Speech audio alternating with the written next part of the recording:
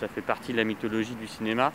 Après, c'est quelque chose d'assez dépassé et qu'il restera. Ça n'a pas vocation à devenir une industrie.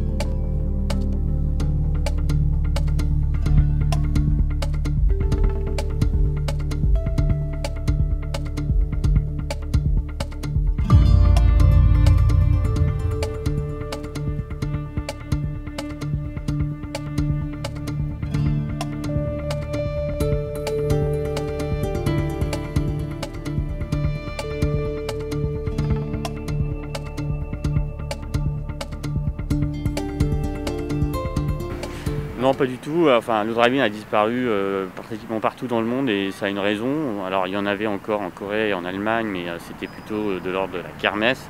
Et voilà.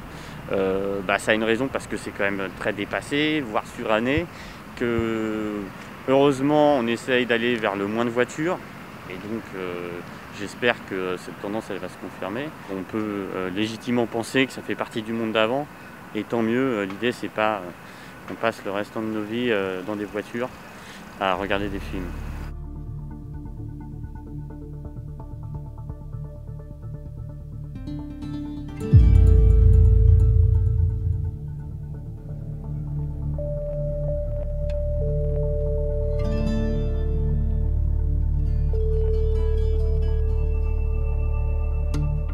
C'est techniquement très compliqué et absolument pas rentable.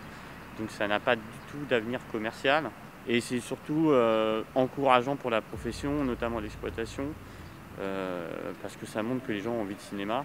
Je pense que ça peut inciter d'ailleurs certains distributeurs à placer leurs films cet été dès la réouverture des salles.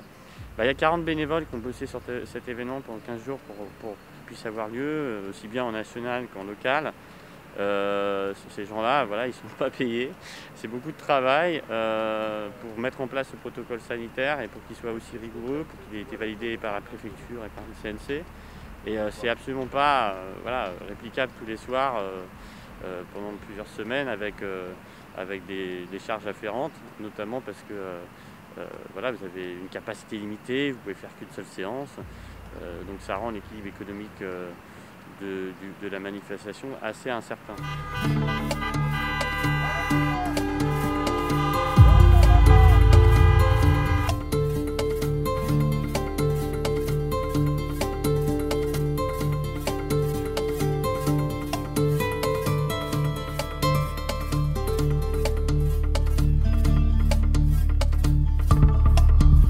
C'est pas la même qualité d'image, c'est pas la même qualité de son.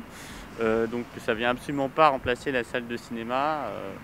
On n'est pas très bien installé. Et puis après, il y a quelque chose qui quand même réunit les deux, le drive-in et le cinéma, c'est qu'on regarde un film à plusieurs sur un grand écran et qu'en fait on communie autour du même film, on rit ensemble, on pleure ensemble. Évidemment, dans le drive-in, on n'entend pas les gens rire et on ne les sent pas aussi émus que quand on est dans une salle de cinéma.